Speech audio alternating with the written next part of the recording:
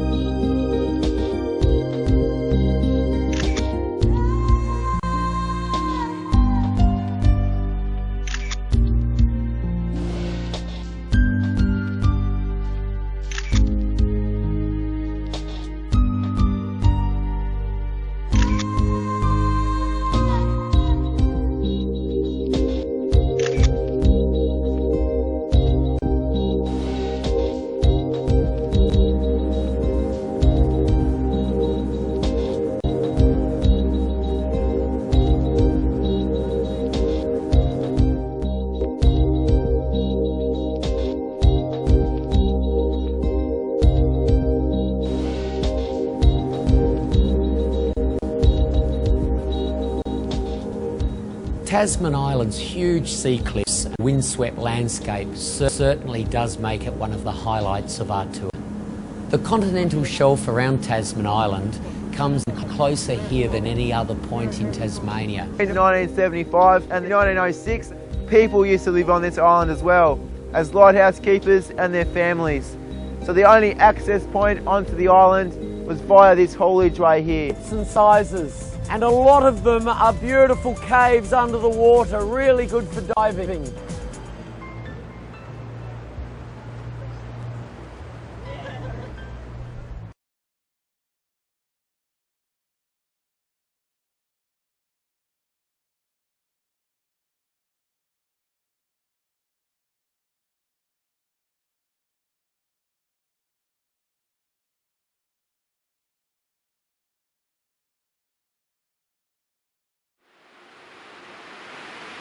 The Tasman Arch with the eagle neck.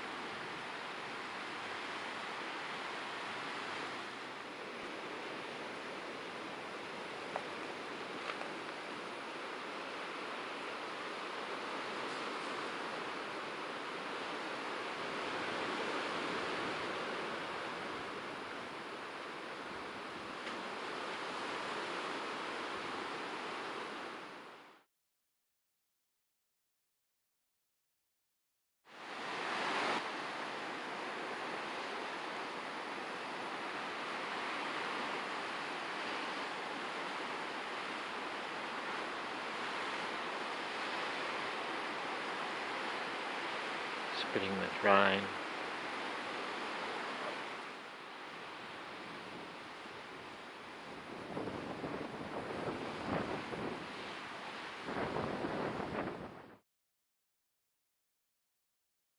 Person sitting there. Would you like to sit in this one?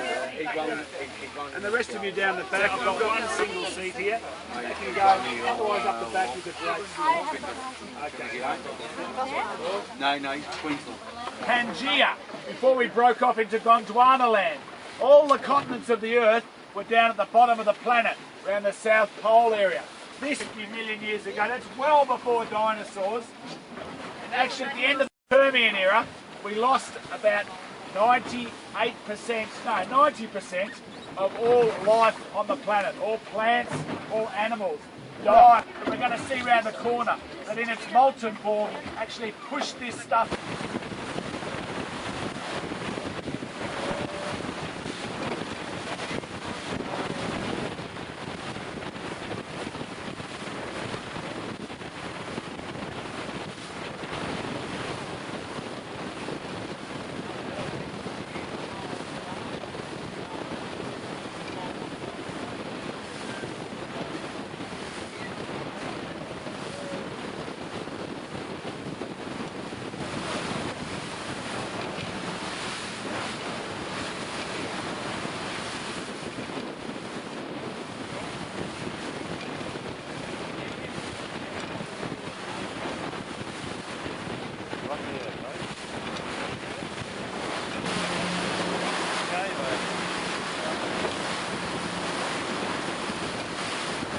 This is the stuff that pushed up the Permian mudstone, that rock that we saw earlier. This in its molten form never made it to the surface of the earth. So it was always capped by that mudstone or sandstone. I'll just quickly turn around here, such hard rock. This rock cooled under pressure underneath the Permian mudstones. So it's over this lovely tubular column type structure, which is, we'll show you further down the coast, the pillars and the great cliffs, all made of Jurassic dolomite. Jurassic dolomite escaped from 100 kilometres down during the Jurassic period. Seaweed attached to the rocks here, the stuff that looks like giant fettuccine. It is actually bull kelp. Bull kelp is harvested on the Bass Strait Islands. They're not allowed to cut it off the rocks, they have to wait for it to be washed off the rocks, where they drag it off the beaches with excavators and tractors, and they turn it onto all sorts of things. Ice cream. In fact, I can guarantee that 90% of you I've had some bull kelp in the last 24 hours. Because if you've cleaned your teeth, you've had some bull kelp. It's in toothpaste. You've had a chocolate milkshake or a chocolate milk drink. It is the stuff that suspends the chocolate in the milk. If you've had a beer this morning, good luck to you. You put it in beer to give it a good head. If you're wearing lipstick, it's in the cosmetics you're wearing on your lips. If you like Japanese food, it is the base for miso and combo soup. In fact, if you like miso soup, you've probably had some floating on your miso soup when it's delivered to you. Told me she gives it to her husband because it's good for his zest, but I couldn't work out what that is.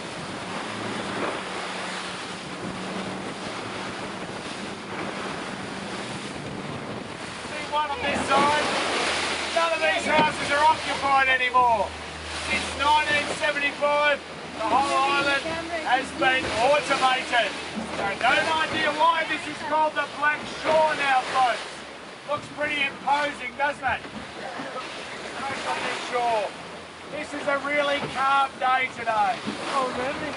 And it's still a bit rolling. But you're doing very well. I'll keep on going. We're hoping when we get round the corner of Tasman.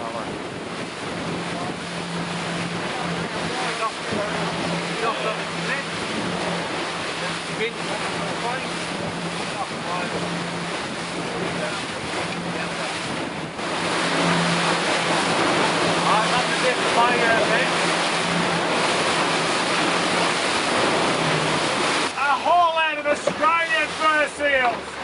These These are the largest fur seals that you get anywhere.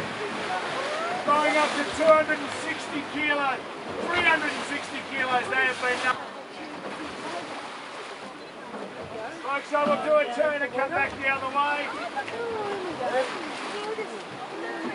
Folks, these seals were hunted to almost extinction in the early part of the century. Since the 1950s, they are now totally protected.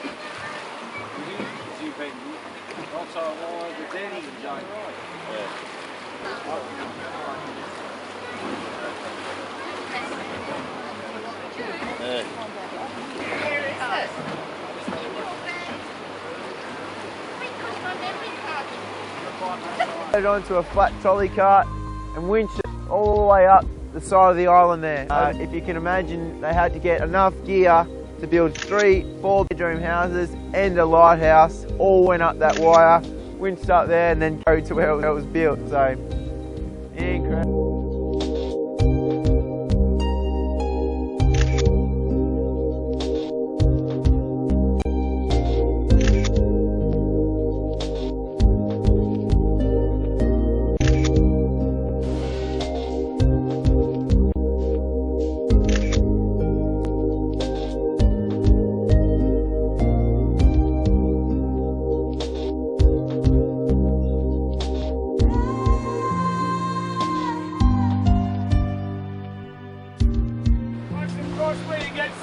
You get the things that eat seals. As we go back, there is one seal there that is really scarred from probably a great white shark attack. It has survived. As we poke our head round here before we do our turn, do have a look back at the Black Shore and Pillar, the highest sea cliffs in Australia. Licensed past the Australian fur seals. Folks, coats of fur. The outer layer protects the inner layer. The inner layer holds a whole lot of bubbles, which actually insulates the seals. These seals have more trouble with the waterline when they're in the water. That works as a solar panel. Folks, you might ask where the females are, because 98% of these are males. The other 2% are just a bit confused. The females are actually on the Bass Strait resources. They eat a lot of food, these males. The tram or trolley, you would jump into that, and probably pretty hard to get a pizza. $9.50 for the pizza from the lighthouse, all the way up that haul each way. See the water here, folks. That's a good sign. I would not go swimming here unless there was a seal in the water because of the sharks, the tiger sharks, and occasionally the orcas or killer whales.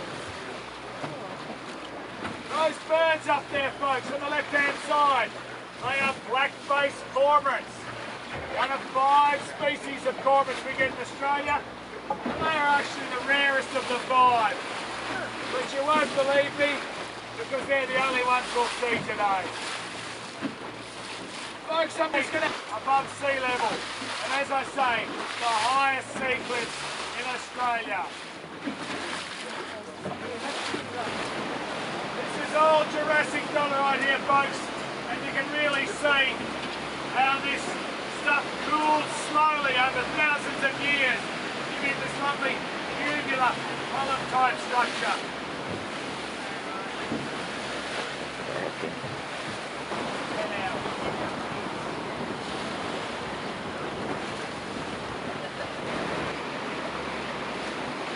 I've got some old climbing ropes in the bilge if anybody wants to give it a go.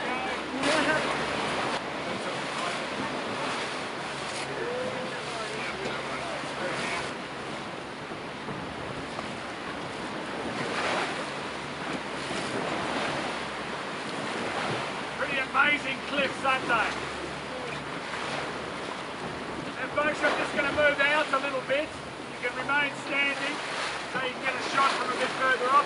Also, it's got a bad photograph of Tasman Island if you go further out.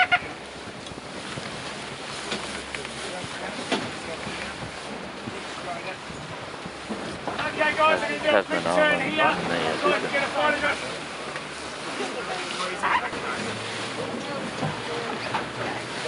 Think about time you got on.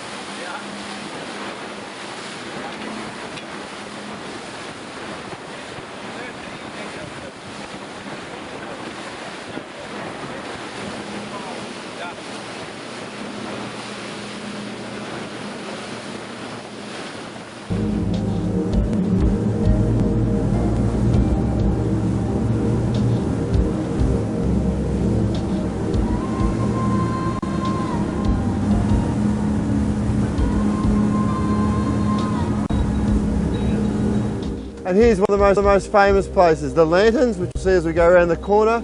And this is the candlestick and the totem pole. And I don't have to explain what it's famous for, rock climbing. Always impresses me when I see these guys out here. People say they're crazy. That terraline rope up there, they can use that to, once they're finished popping out on this particular climb, they can then use that terraline rope to go back to Cape Hoy and save themselves the walk back up. And this climb is rated a 27 out of a possible 32.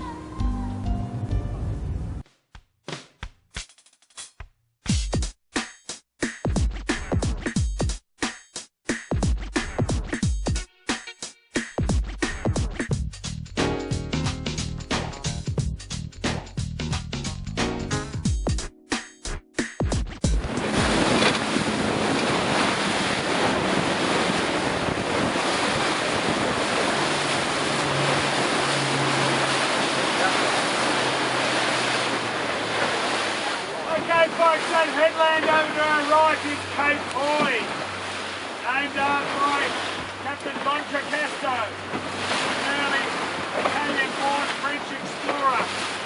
Named it after one of his apprentices, Master Hoy.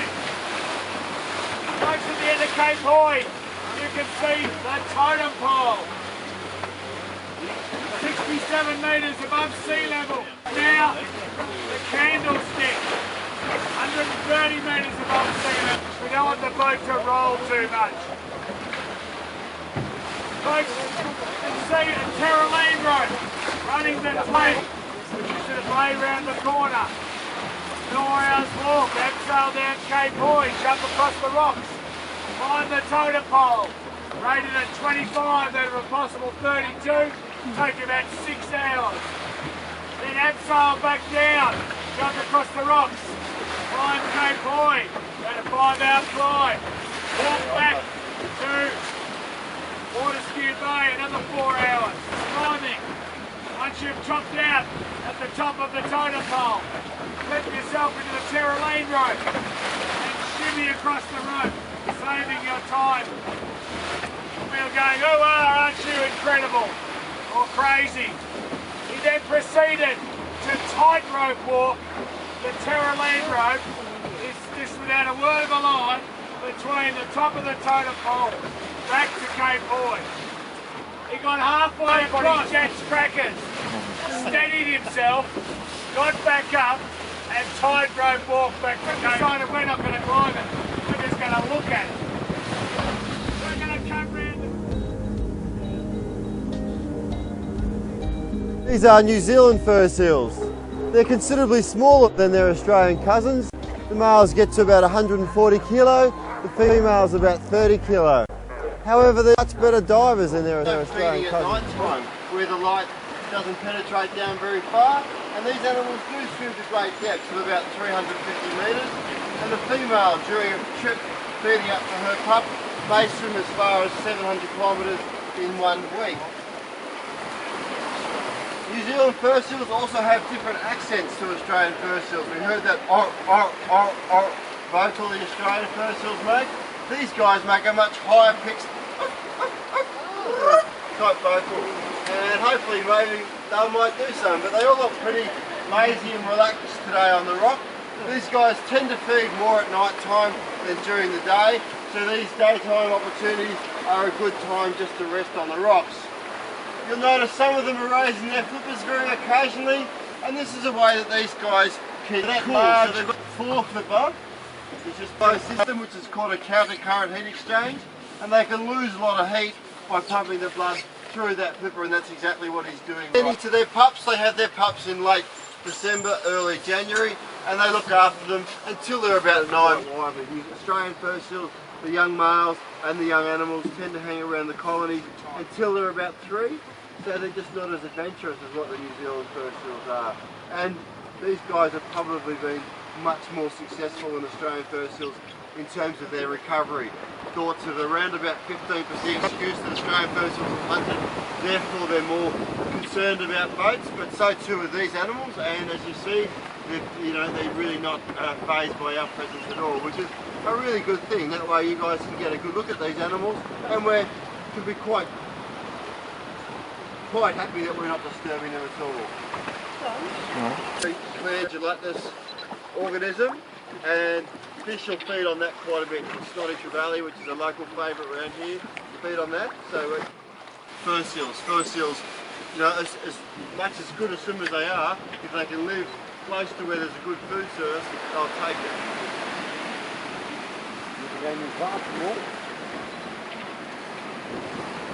Sort of the film of the water. Oh, they're great pots. The recreational cray season started 2 weekends ago, and the commercial cray season starts this weekend. I think Tasmania produces a small amount, about 8% of the total world's crayfish collection, but they are a very good sized fish and very sought after in restaurants around the world. A couple little fur seals coming back from the water, so you might have had a bit of a feed. They're very inquisitive animals, always keeping an eye on one another, and they're very agile. You couldn't quite exactly time that little leap, but they're extremely powerful through those front flippers. You can see the 2 layers of fur too when they flex on those wet animals. You can see the fur having a bit of a fight. That reddish coloured animal, that's indicative of an animal that's only about 1 or 2 years of age. But they give one another what for seals. They don't sort of, even though they live in a colony like that, they're not exactly all that big on group dynamics. And they fight and carry on quite a bit. You can see that under fur now is an animal that's wet. They're not as cute and cuddly as they look. You wouldn't tackle them. Pretty cool looking animals, these New Zealand fur seals. They're a bit cuter than the Australian. Seaweed there, not the stuff on the rocks, is responsible for the largest forest on the planet.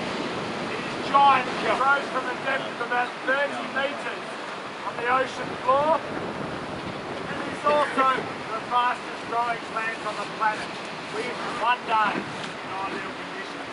It's beautiful to dive through. In fact, the indigenous women used to use it to pull themselves down to get to the crayfish and abalone, which are prolific around here. If you're a scuba diver, you would love diving through it as well. In fact, southern Tassie has some of the best temperate water diving on the planet. Temperate's just our fancy word for bloody cold. So, we're going to head off into Fortescue Bay, folks, and have a bit of a look at some of the coast.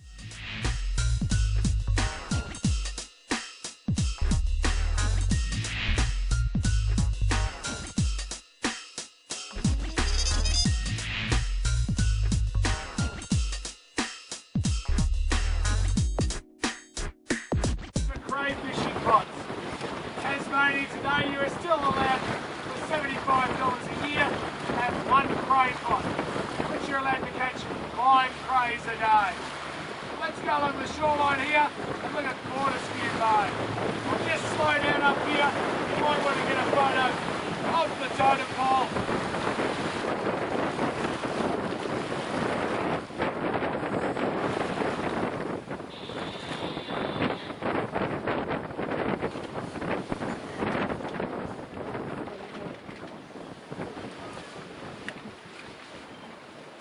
Jurassic dolerite, folks, the hard rock here.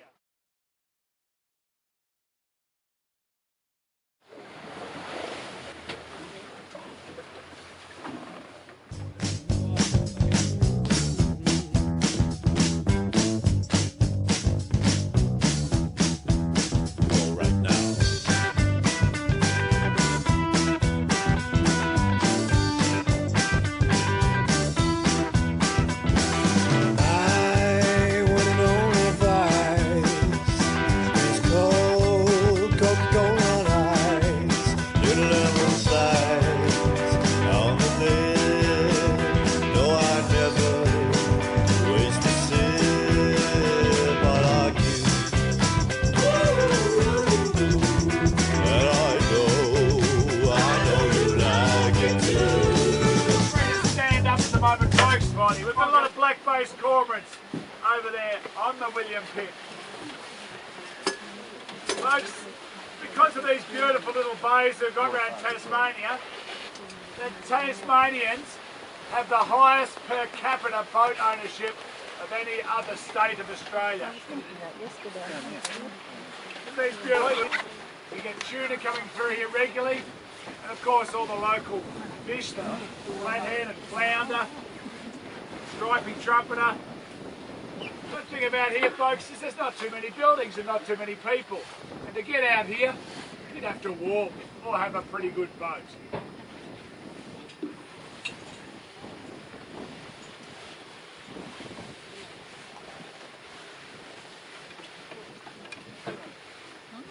Very peaceful.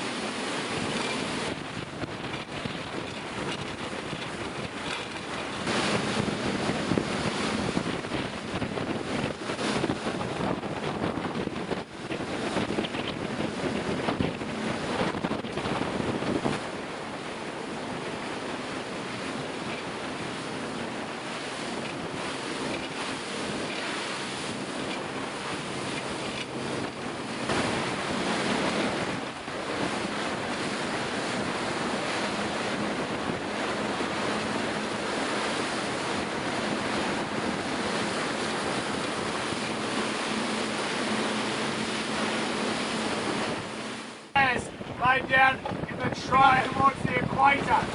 All the glaciers melted. There was a big freshwater basin here, and then it's sedimentary layers from freshwater. Sandstone buildings, that's Triassic sandstone. Dead ahead, we have the Hippolyte rocks. They're made of granite. They're 300 million years old. There is a seam of granite that runs all the way down to Wilson's Promontory in Victoria.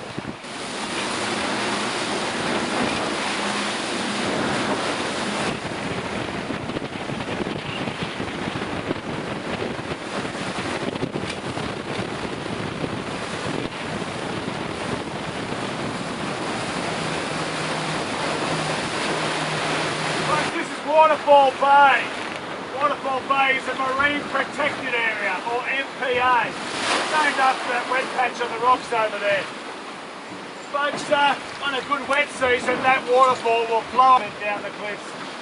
Guys, this is a marine protected area because it has that major upwelling of currents. It actually facilitates Haven't had a lot of water here. plant life and fish life that you usually get in deeper water. It's not a no-take zone. Those marine designated marine protected areas, and less than 1,000 of 1% of the world's oceans are designated no-take areas. Or diving place. In fact, there are caves here the divers have never been to the back of. They can't physically carry enough air to get in and get out again. It's very much for the advanced divers.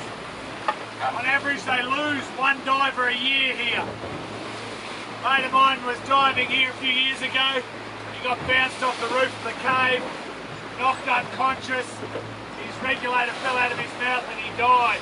This happens regularly. So if you're a keen advanced diver, you might like to check out Eagle Hawk Dive Centre and have a look through these caves. But it is only for the brave.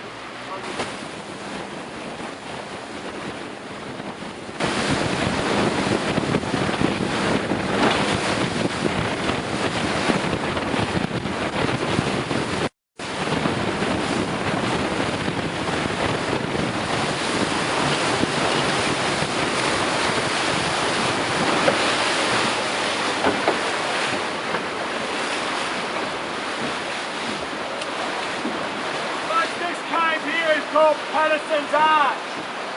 We're actually going in the back door. There's an amazing fault line system that run 90 degrees to each other.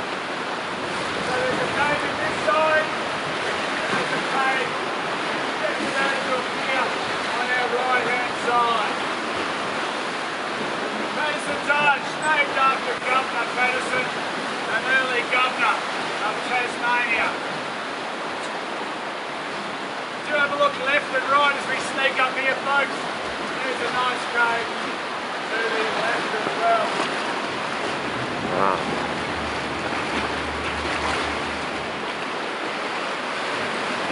Folks, if you look high up, or a couple of metres up in a few places, you'll see the white flecks of fossilised shells.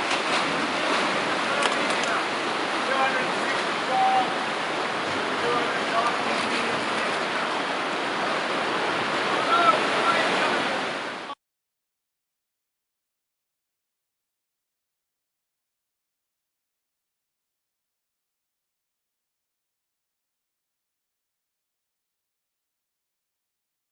Algae. It is a photosynthesizing plant that can photosynthesize in low light conditions. And it's that colour, because that's the best colour, to photosynthesize in low light conditions.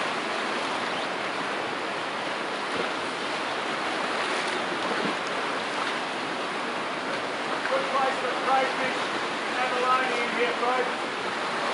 You'll notice the big ball jump. Growing when the sun don't shine.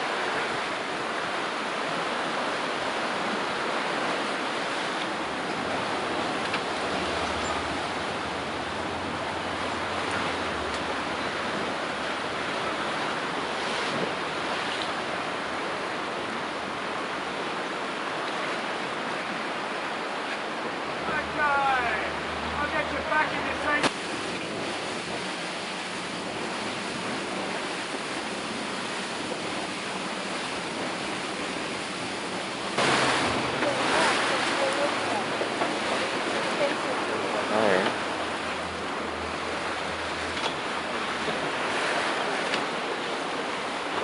The arch. This cave here was actually an arch. Actually, it's called Tasman's Arch, after Abel Tasman, an early explorer.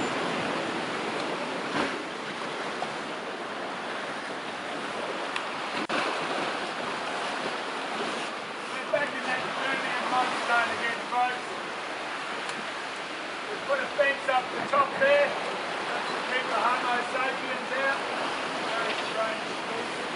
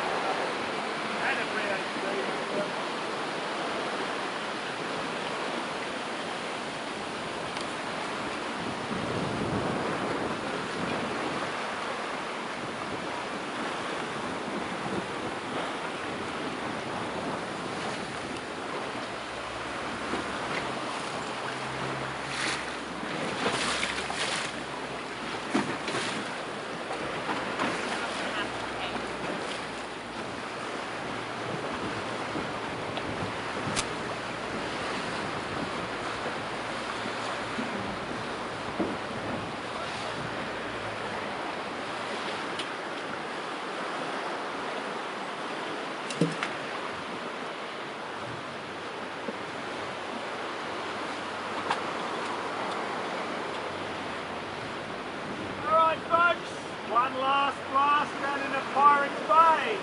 So we're hopefully got a pre-warm bus for you.